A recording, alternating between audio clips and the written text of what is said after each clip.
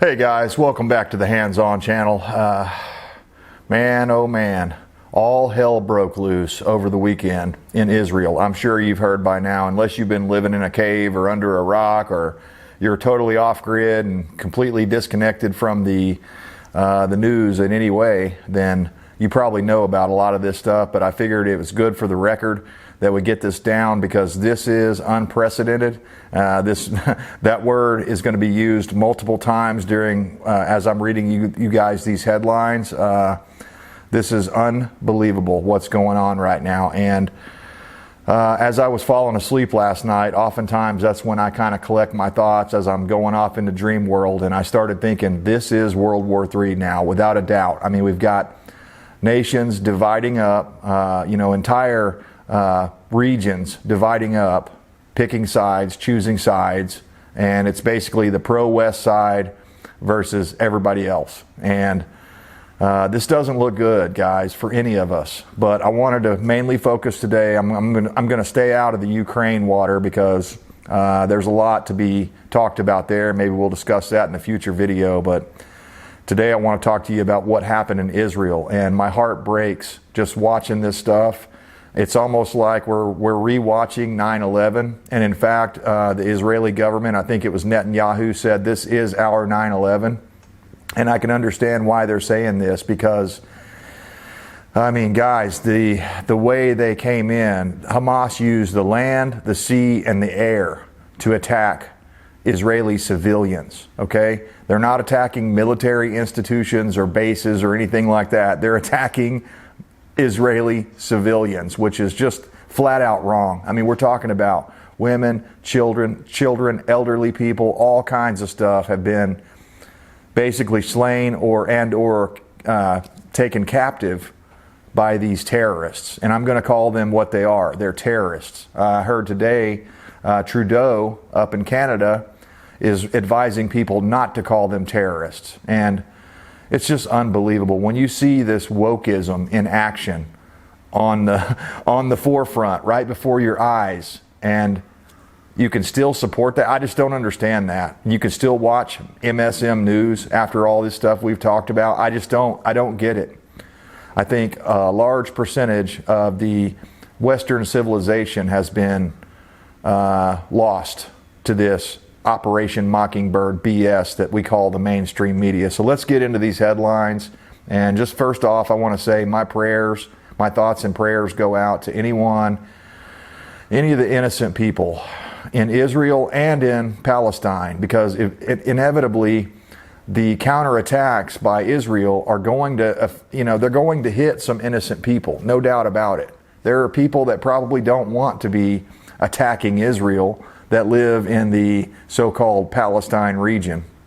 And we're not going to get into the deep, dark history of, how Palestine came to be and how Israel and all that basically let them have this land with certain agreements that, hey, you don't attack us, we won't attack you, that kind of a deal.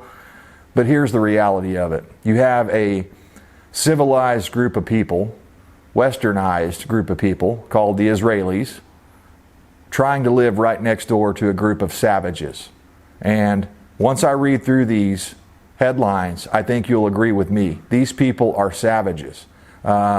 Anybody that's decapitating people and, just dragging people through the street, all this stuff that they like to do. Showing off their war trophies as they're driving around through whatever you'd call it, the Gaza Strip or whatever. It's just unbelievable. So let's get into these headlines. This is very depressing to me, because we just didn't need this. This is more fuel on the fire. This is an indication to me that we are in World War III. In fact, in my mind, without a shadow of a doubt, we're in World War III. Most Western countries refuse to face those hard facts, but it's the truth. So let's get into this. Last Friday, Hamas launched unprecedented terror attacks on Israel. And I'm sure you've seen a lot of the videos. They were coming in like paragliders. I have never seen anybody use paragliders to come in and invade that concert they went in and invaded. There were what looked like 10, 15 paragliders coming in. And so I guess Hamas now has an air force. It's, kind of laughable in a way. but it was also effective. So pretty unreal what we're seeing. And of course, I already said they used land, sea, and air attacks on Israeli civilians. So they had boats in the water. They were, storming beaches. They had troops on the ground. I saw one video where a front-end loader was used, like a big loader machine, was used to break down the fencing and the barricades that keep people from just walking over to Israel. So lovely, huh? I mean, they just came up there, and in about 5 minutes, they had the whole barrier or the barricade removed, and people could just walk right through there. Bodies of 260 revelers killed in Israel festival massacre are piled on top of each other as Hamas attack aftermath is laid bare. Survivors describe gunmen going tree by tree, executing victims, with a father who rushed to save his daughter among the missing. He's probably dead. Unbelievable that we're seeing this unfold right now in real time in Israel. Palestinian terrorists kidnap, kill Israeli women and children. So they're not just going after military-aged men. And I would argue that all of this stuff is another reason, one of the main reasons we have to have border security. Not only on our southern border, but now on our northern border. People are coming in of all different nationalities, and I'm sure some of them are Palestinian. I'm sure some of them are connected to Hamas and ISIS and Hezbollah and Iran and all these other unsavory characters in countries around the world that want to destroy us. They're still chanting death to America. We'll get to that headline in a minute. Report: Iranian security officials helped Hamas plan the terrorist attack on Israel. So our State Department, Biden's State Department, the commies that are in charge are saying, no, Iran had nothing to do with it. And that $6 billion we just sent them, that had nothing to do with it. And those Afghanistan weapons that were, left behind are showing up in Israel on the ground right now. You don't see people shooting AK-47s, these people in the Gaza Strip. They're not shooting AK-47s up in the air anymore. They're shooting M4s. Where do you think they got those? Probably Afghanistan. Or they use some of that money that we funneled to Iran or whatever, or released to Iran. And of course, I think it was Anthony Blinken who was saying, well, they're not allowed to use that for anything but humanitarian aid. I mean, was that guy born yesterday or what? I mean, unbelievable that we're going to turn over $6 billion and track every penny of it, and they're not going to be able to use any of that against people, our allies, Israel, one of our main allies. And I want to address something right quick. I've made videos in the past where I've mentioned Israel, or I've mentioned whatever, maybe going on, and how they need to defend their territory. And a lot of people come into the comments, these I guess they're, what do they call them? Anti-Semitic. I guess they're anti-Semitic. They actually don't like Jewish people, and they think Jewish people are the cause of all of our problems. And I'll tell you right now, I don't agree with that. I'm not saying that Jewish people don't have a large amount of influence in many of our institutions, Hollywood, any kind of broadcasting like that, any kind of media. Yes, of course they do. But that doesn't mean that they're the root of all evil. It's not them. And I know a lot of people are not, they're going to go ahead, unsubscribe. If you thought all this time that I was some kind of a anti-Jewish person, well, you're wrong. I'm not anti-Jewish. I'm anti-terrorist. And these Palestinians are showing themselves, they're showing their true colors. They are terrorists. At heart, they're terrorists. Iran helped to plot attack on Israel over several weeks. And so it's very interesting that this was a surprise attack, but Israel had some knowledge that they were training and prepping and doing things that were out of the ordinary over in the Gaza Strip, and, staging, doing a dry run on how they would do this. Hamas drones used in surprise attack bear Iranian fingerprints. So, this stuff just almost all points back to Iran, where Biden just released the $6 billion. And I'm not saying that that's the only reason it happened.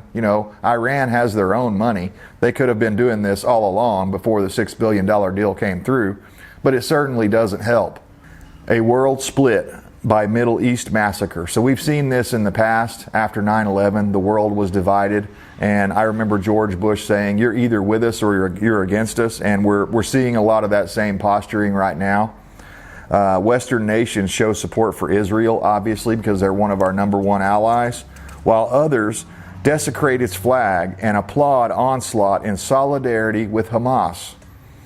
And this is not just others in the Middle East. This is happening all over the Western world, intentionally, by design, thanks to replacement migration, sponsored by the UN. The West stands with Israel, while the Arab world is supporting Palestine. No surprise there. The total death toll is over 1,000 just after 2 days of fighting. I think that it's actually been 3 days. Maybe this is even the 4th day, but unbelievable. 1,000 people dead already. Attack began after Hamas fighters blitzed into Israel on paragliders. This is a big one here that I don't think a lot of people are giving enough credence to. Israel declares war for the first time in 50 years. They officially declared war. That's a big deal. And I find it interesting how fast Israel is able to declare war and implement this stuff. I mean, could you imagine if something similar happened in the United States? I mean, it would literally take an act of Congress. They'd have to talk about it for 6 months, and then, by then we'd be destroyed and beaten.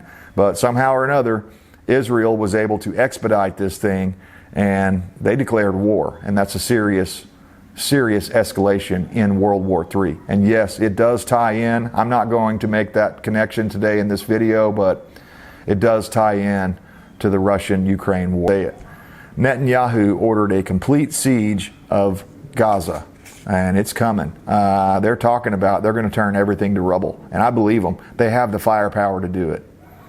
We'll see how this ends up. I mean, again, that's what worries me, is I know there are some, regular run-of-the-mill Palestinian people that are probably just like you and me. They probably just care about protecting their family and, minding their own business and stuff like this, and they don't want to start this war.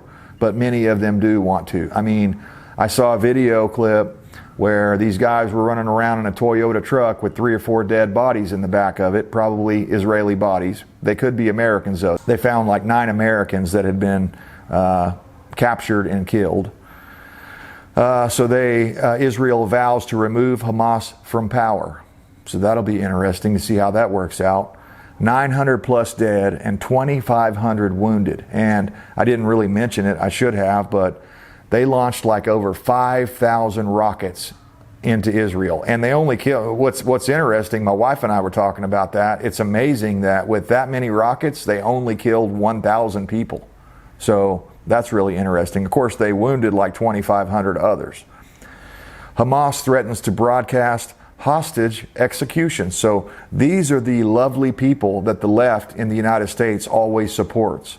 They're threatening to broadcast hostage executions. I mean, are these good people? Can you just look at that fact right there alone and go, wait a minute, these are not good guys.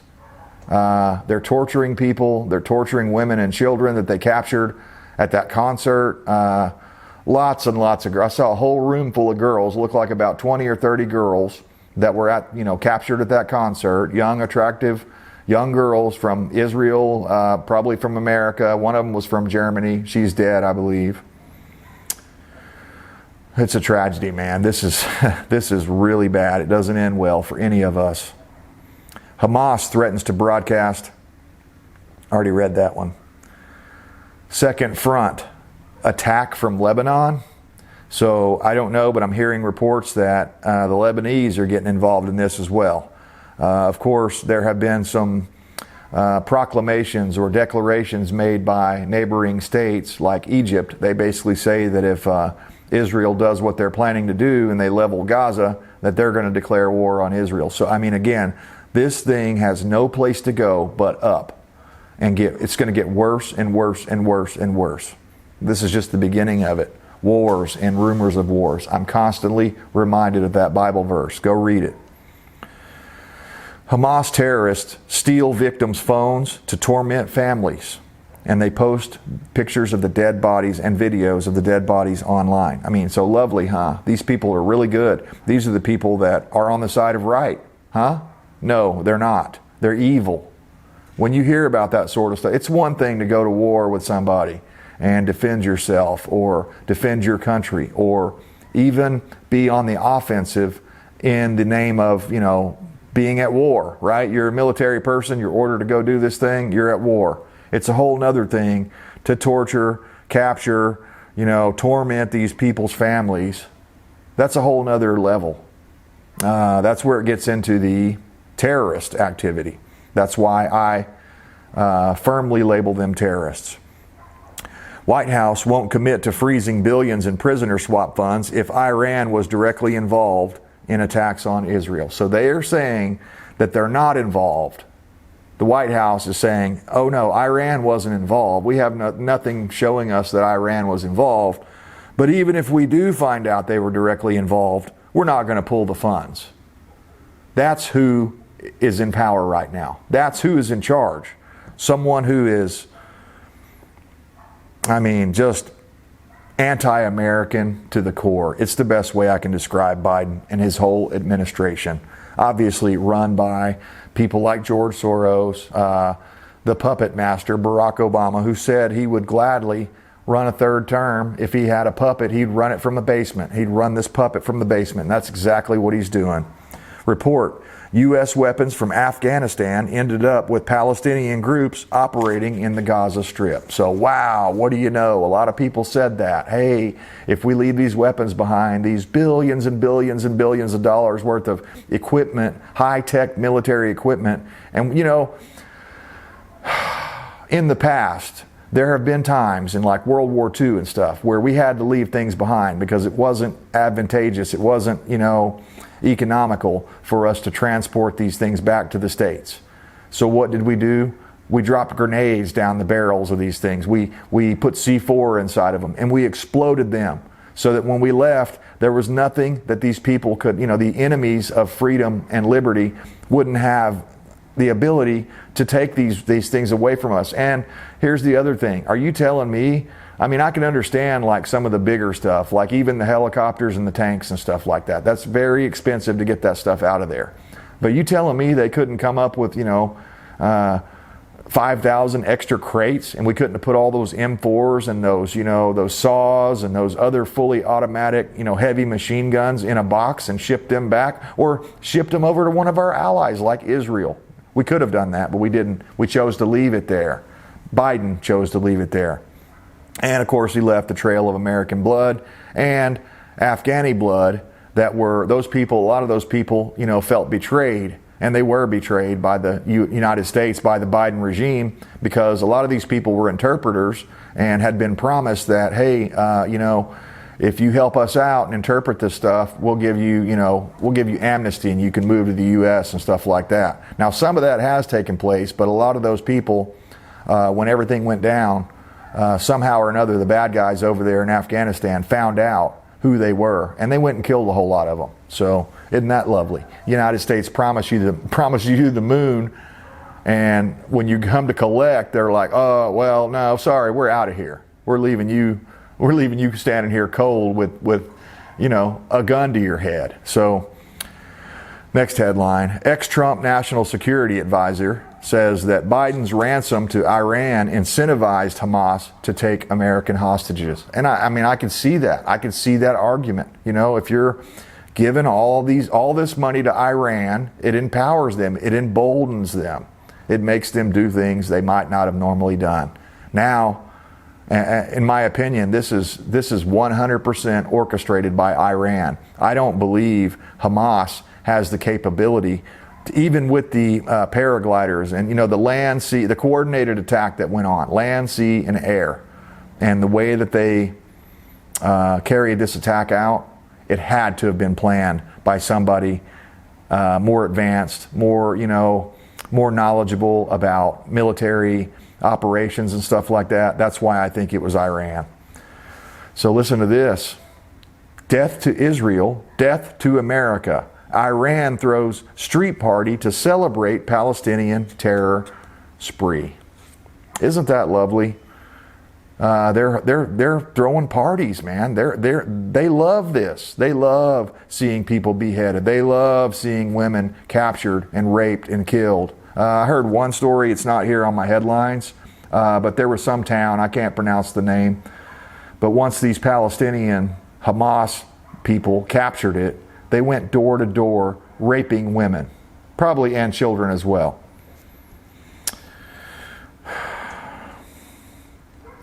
Israel vows to crush Hamas with a force like never before after terrorists behead hostages and post horror videos online. So there you go. That's who we're fighting. And that's evil. I mean, it's no doubt about it. That's evil. Hamas announces it will begin to execute hostages and post a video evidence online for every Israeli airstrike as Prime Minister Benjamin Netanyahu orders Israel's defense forces to besiege Gaza. And it's happening. They've already besieged Gaza. They cut off the water, the electricity, and the fuel going in and out of there, and the food. So, not looking good for a lot of those people. And again, like I said, I'm sure it's probably a small percentage, but I'm sure there are people that are in the Palestinian area that don't want any of this happening. But it's happening anyway. A lot of innocent people on both sides are going to die. And my prediction is eventually this spreads into America, if it's not already here. They will begin to activate these terrorist cells and commit terrorist atrocities here in the United States of America. Because in their mind, we are the great Satan. Israel is just the little mini Satan. We are the great Satan. We're the ultimate target in their crosshairs. Heavy rocket fire on central southern Israel. 300,000 reservists were mobilized in 48 hours. I mean, again, I am very impressed by the way that Israel has been able to expedite a lot of these things that when I look at America and I think, what would we do? We wouldn't be able to mobilize 300,000 reservists in 48 hours. No way. No way. Worse than ISIS, Hamas terrorists behead Israeli soldiers in sickening footage. I mean, it's just going on and on and on. And then they'll display the bodies, they'll hang them from a bridge, they'll do some other third world terrorist savagery. And that's the best descriptor for these types of people. And again, like I said earlier, the problem is the Israeli government back in the 50s, whenever it was, they decided that they were going to try to live next door to these savages. And you just can't do it. You can't live in peace when your neighbors want to behead you and film it and use it for war propaganda to beat the drum even further. And they think you're Satan, you're the mini Satan or whatever. So listen to this. Report Democrat Socialists of America to rally, and they cheer on Hamas terrorist attack on Israel. So this is happening in the United States. I saw it in New York City, and I believe it was San Francisco where the other rally was held. But these leftists, these commies, are cheering for the destruction of and these attacks on Israel. Just unbelievable. I mean, after seeing what they're doing, the beheading, the dragging bodies through the streets, the raping, door-to-door pillaging and raping. I mean, none of this stuff matters to the Democrat Socialists of America, which, if you think about it, that's AOC, what's her name, Omar, on and on. There's 4 or 5 of them that are in that, the squad, they call it. Sydney, Australia, Jewish community warned to stay home as Hamas supporters claimed the city's streets. So instead of Sydney's government going out and getting control of these Hamas supporters and telling them to go somewhere else or whatever, move along, they're telling the Jewish community to stay home. Lockdown, stay inside, don't go out because the streets are not safe for you. Well, why hasn't the Australian government provided safety for these people? Across the Mideast, a surge of support for Palestinians as war erupts in Gaza. Again, our world is being divided into groups. This doesn't end well. This is World War III, guys. You better be preparing accordingly. U.S. deploying ships closer to Israel, sends in munitions. U.S. sends in warships and fighter jets to support Israel. I'm really kind of surprised about that. I figured Biden would just totally, thumb his nose at the Israelis and Netanyahu. And in fact, early on, the Biden administration released I don't remember what group it was, but one of their groups in their administration, the Palestinian people, I don't know exactly, I can't remember the name of the group, but they basically said that Netanyahu should stand down. They shouldn't go, level Gaza. They shouldn't do anything. We should calm things down.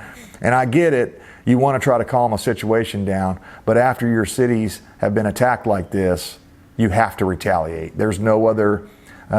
These Palestinian people, at least the terrorists, only understand one thing, and that's a violent response.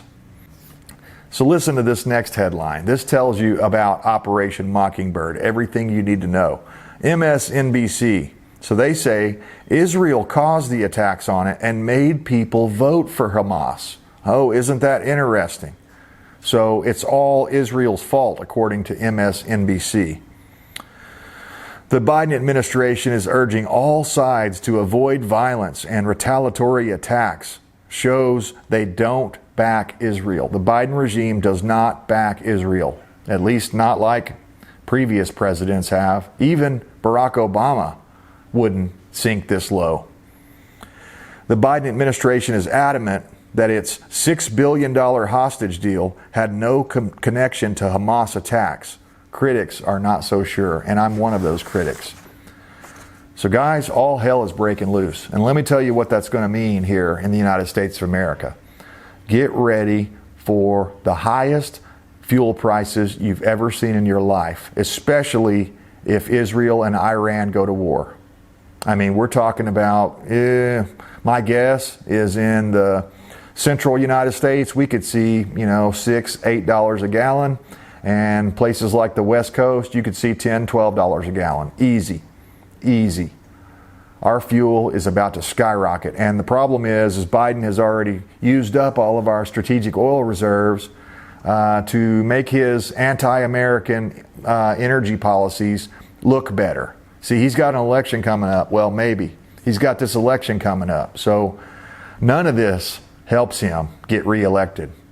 His feckless, weak stance, almost anti-Israel stance that Biden is taking, I mean, that is not going to help him among the Jewish population who resides here in the United States of America. And it's also not going to help him among people that remember what terrorism is.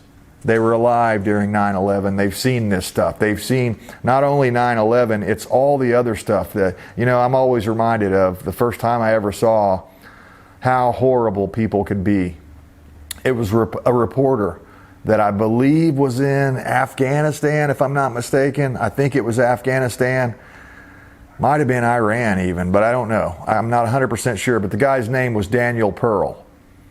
And these guys broadcast Daniel Pearl's execution. A reporter, again, someone just trying to tell their story. And I believe the guy, Daniel Pearl, was like taking a pro-Islamist type viewpoint with his reporting, but that didn't matter. They killed him. They cut his head off. I'll never forget that. Somebody sent me the video, and I can't unsee it, unfortunately. I wish I'd have never seen it, but yeah, they decapitated this guy. And I remember another time when the Taliban captured a bunch of people that were their enemies, and they put them in a cage. Above ground cage, and they poured fuel all around them and lit them on fire. That's who we're dealing with. Savages, monsters, the worst scum of the earth. And in my opinion, they got to be stopped. And for this to work, the Israeli army is going to have to go in there and I hesitate to say this, but I think the only way it works out is if they kill them all. You got to kill them all. You got to eradicate this hatred from their country. That's the only way that they're going to have peace in the future and not have to have an iron dome and all this other stuff to protect them against their neighbors that are just like 1 mile over there. I mean, it's unbelievable. Unbelievable. So guys, let me know what you think down in the comments. Do you think this is an indication that we're in World War III, whether we want to admit it or not, and the United States is, for whatever reason, we're late to the party. Although we're pulling all the strings, we're not actually saying this is World War III. This doesn't look good, guys. The closer we get to World War III and, you know, things possibly going nuclear with Russia and stuff like that, the more likely it is that Joe Biden is going to be able to use the War Powers Act out of, like, what was that, 1973 War Powers Act, and he'll be able to postpone the elections. I mean, do you think he would do that? I do. I think he's desperate enough and he wants to hold power badly enough that he will do anything, including more false flags. You know, I'm reminded of the Nord Stream pipeline, right? First Biden said, oh no, we didn't have anything to do with it. And later on it came out, we did it. If these people's mouths are moving, if their lips are flapping, they're lying. Believe the opposite of whatever the MSM is trying to force feed you for the day. I pray for peace. I hope that somehow or another Israel can go in and wipe out this threat, and maybe they won't have to kill every last one of them, but they're going to have to knock them back into the Stone Age if they want to have peace in Israel. And again, neighboring countries are standing by. Egypt, you know, Lebanon, several other countries around there are Iran are saying, hey, if you do these certain things to the Gaza Strip, we're going to declare war on you. And remember, a lot of these countries, I believe Egypt even, has nukes. Now, Israel has a lot more nukes, but a lot of these countries have nuclear capability. And I'm sure many of them would love nothing more than to wipe the Israelis off the map forever. So, again, I pray it doesn't get that bad, but guys, it looks like it's gonna. You better stock up now. You better prepare yourself now, because as fuel prices skyrocket, everything else is going to skyrocket as a result of that. So you think inflation's bad now, wait 2 or 3 months. You're probably not going to be able to afford at least to eat the same sorts of meals that you eat now. So if you like those meals, probably be a good idea to go out and stock up on them now. And one last thing I want to say that I was a little bit surprised by. You know, I knew that Israel had, what do they call it? Kind of like the draft conscription, where everybody has to be in the military. But what I didn't know was that Israel is pretty anti-Second Amendment. I mean, they don't have a Second Amendment, obviously, but they're anti-gun. And their citizens are unarmed. I was blown away by that. It seems like to me, if you have all these people that are trained up for military action, you would want them to be heavily armed. So I don't know where that came from or what the logic is behind that, but if I were Netanyahu or somebody in charge of Israel, I'd be looking into arming up my citizens, all of them. Anybody that's been through the basic training gets a, you know, M4 or whatever, you know, an Uzi or whatever they're using over there in Israel, whatever their primary battle rifles are, and I'm talking full auto. These people need to be ready to go to battle right out of their living rooms. They need to have all their gear. Was that Sweden that used to do that? I don't know if they still do or not, but back in the day, after World War II or during World War II, the Swedes were kind of like that. Everybody was a soldier. Everybody had, you know, like a little mini bomb shelter under their house, and they had, in some cases, like heavy artillery and such. So, I mean, that's what I'm talking about. That's what we need to do here in the States. That's what the Jews need to do over in Israel. But that's just my opinion, and I know a lot of people disagree with those opinions. So if you're one of these people that's pro-Palestinian, come into the comments. Let us have it. You know, tell me why I'm wrong about these people being savages. And you can't live next to savages, no matter what. Oh boy, guys, we are in a world of hurt, and most people are just bebopping along like nothing's wrong. Unbelievable. You better prepare yourself now, and prepare as many of your family members that will listen. Appreciate you guys tuning in. As always, I stand for liberty to the bitter end. I hope you do too.